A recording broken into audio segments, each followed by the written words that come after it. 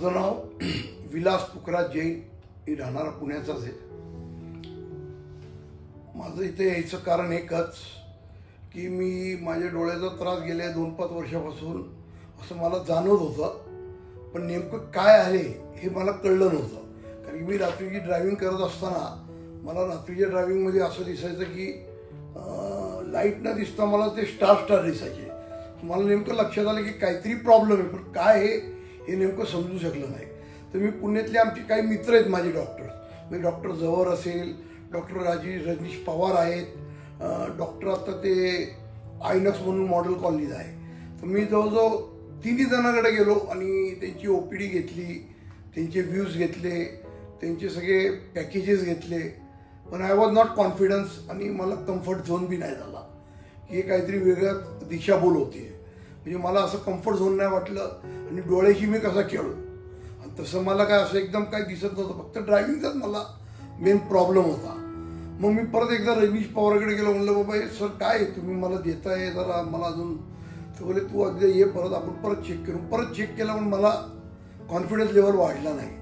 मग मी नंतर सुधा कांक्रिया म्हणून हे आता जे आपल्या कांक्रिया डॉक्टर मॅडम आहेत त्यांच्या सासूबाई हे माझे एकदम खास आहेत, त्यांचा रेफरन्स घेऊन मला हे माहीत नव्हतं एशियन हॉस्पिटल त्यांचंच आहे म्हणून। मग मी इथं जसं आलो, म्हणजे मी साधारण 1 महिन्यापूर्वीच आलो, 1 महिन्यापूर्वी जसं आलो तर Asian eyes hospital and laser इन्स्टिट्यूटमध्ये जसं मी दाखल झालो, माझ्या 3 अपॉइंटमेंट मी घेतलेल्या मी येऊ शकलो नाही काय कारणामुळं, कारण की माझे शेड्यूलसुद्धा टाईट असतात। मला एवढे फॉलोअप तुमचे आलेत की तुमच्या स्टाफचे 1-1 मिनिटाला युअर अपॉइंटमेंट इज देअर वगैरे वगैरे सगळ्या गोष्टी।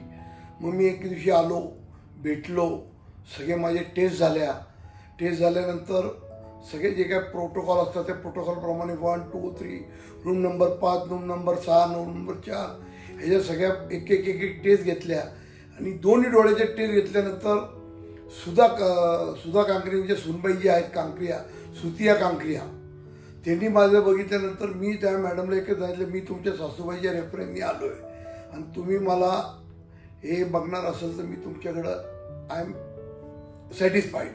मग त्यांनी बघितल्यावर ते म्हणले काळजी करू नका, आपण पहिली 1 डोळ्याचं करू, नंतर आपण दुसऱ्या डोळ्याचं करू। म्हणलं ठीक आहे।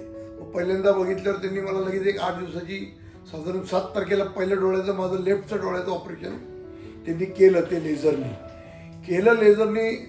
तर मला त्यांनी एक पॅकेज दिलं होतं 69, 59, 79, 199 अजून वर्ष कुठलं तरी होतं। तर आता माझं थॉट काय की जे भारी घ्यायचं ते घेऊ, 119चं घेतलं मी, पण 119चं घेतलं ते त्या मॅडमला सांगितलं मला 119चं करू। मॅडमनी मला सजेशन केलं की नुसतं भारी बघून चालत नाही, तुला 69चं इज गुड, यू डू माझ्या भरोशावर।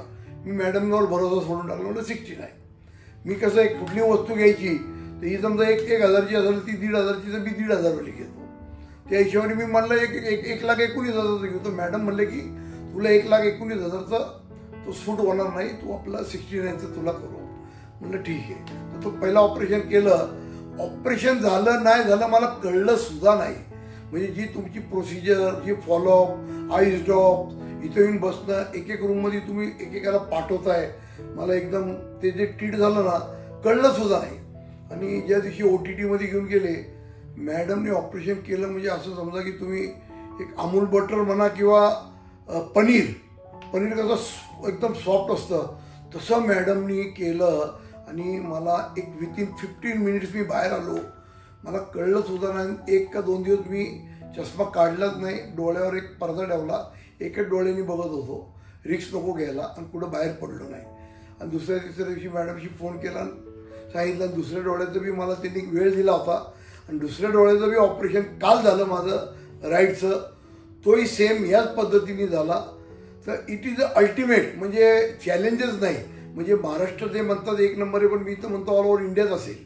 आपण महाराष्ट्राला तर तोडत नाही, पुण्यामध्ये तोड नाही। Asian eyes hospital and laser institute हा जो आज एक डोळ्याची जी इन्स्टिट्यूट आहे किंवा डोळ्याचं जे आत्ता इथं जे OPD वगैरे जे करतात, लोक वेटिंगला असतात, पण त्यांना कळत नाही की आपण 1-1 तास थांबलोय, कारण नंबर त्यांचं सायकल बाय सायकल एवढं फास्ट चालत असतं ना की खोटी व्हावं लागत नाही कोणाला। ही सर्व्हिस जी तुमच्याकडनं दिली जाती ही एक अल्टिमेट आहे, म्हणजे त्याला काय तोडच नाही. म्हणजे जे पूजा मॅडम, पूजा मोहिते आहेत, अर्चना मॅम आहेत पिंगळे, दिव्या कुदळे आहेत, आयशा मॅडम आहेत, काय सर्व्हिस आहे. ते काउन्सिलर आहेत, किती समजून सांगतात. नाही समजलं परत समजवतात. मेडिसिनमध्ये बी ती मॅडम हा ड्रॉप नाही, हा असा टाका, हा असा टाका, हे असं घ्या. आता माझ्याकडे परत काल घ्यायचे होते ड्रॉप, तर त्यांनी काय सांगितलं, तुम्ही आत्ता नका घेऊ, तुमचे शिल्लक आहेत, हे 8 दिवस संपल्यावर पुढचे तुम्ही टेस्टला येतात तेव्हा घ्या, तुम्हाला आम्ही परत देऊ, कशाला आज घेऊन ठेवताय. मग ही सर्व्हिस आहे, उगीच आपलं द्यायचं म्हणून द्यायचं करत नाही. तर ह्या पद्धतीने मी एवढं सॅटिस्फॅक्शन आहे की मी यांना एवढे थँक्स देऊ शकतो की जे थँक्स कमी. आणि काल तर असं होतं की श्रुती मॅडम कांकरेंचा काल बड्डे होता, योगाने माझाही बड्डे होता. त्यांचा कॉल आला की सर विलास भाऊ तुम्हाला सकाळचं ऑपरेशन आहे 9:30 तो पोस्टपोन करून आपण 10ला करू, तुमचा पहिला नंबर घेऊ. तर त्यांनी म्हणलं, मी विचारलं का, ते म्हणले माझा बड्डे. तर मी बी सरप्राईज ठेवलं, माझाही बड्डे होता काल. दोन्हींचा बड्डे ह्याच रूममध्ये, ह्याच इथे दोघांचा साजरा झाला. Lot of thanks. आणि त्यांच्या बड्डेला माझं दुसरं ऑपरेशन, ती त्यांच्यातर्फे मला गिफ्ट आहे, ही फार मोठी गोष्ट आहे. आणि मी त्यांना फार एकदा परत धन्यवाद देतो, मॅडमला फार धन्यवाद देतो. माझं तर झालंच आहे, त्यांच्या हाताने अशाच सगळ्या गोष्टी घडावी की ज्यांना नेत्रदान किंवा नेत्रसुख किंवा नेत्राचे जे काही त्रास आहे लोकांना ते दूर व्हावा. आणि या हॉस्पिटलच्या माध्यमातून हा एक नाव आणि पुढची संधी मला मॅडमनी द्यावी की कुठंतरी एक सोशल किंवा एक चॅरिटी कार्यक्रम घेईल, तो टोटल स्पॉन्सर मी करेल. मॅडमनी मला वेळ देऊन एक हेल्प करून आपले एक कार्यक्रम घेऊ, आपल्या एक समाजात घेऊ, कुठे घेऊ, मॅडम जिथं सांगेल तिथे तो चांगल्या पद्धतीने घेऊ. आणि सगळ्या स्टाफला एकदा सगळ्यांना थँक्स. आणि आज सगळ्या स्टाफचं मी तोंड गोड करण्यासाठी एक मी चॉकलेट्स आणलेले सगळ्यांना. काल तर सगळे गडबडीत होते, माझंही सर्जरी होती म्हणून मी ते करू शकलो नाही. पण सगळ्यांना एकदा once again thanks, very good.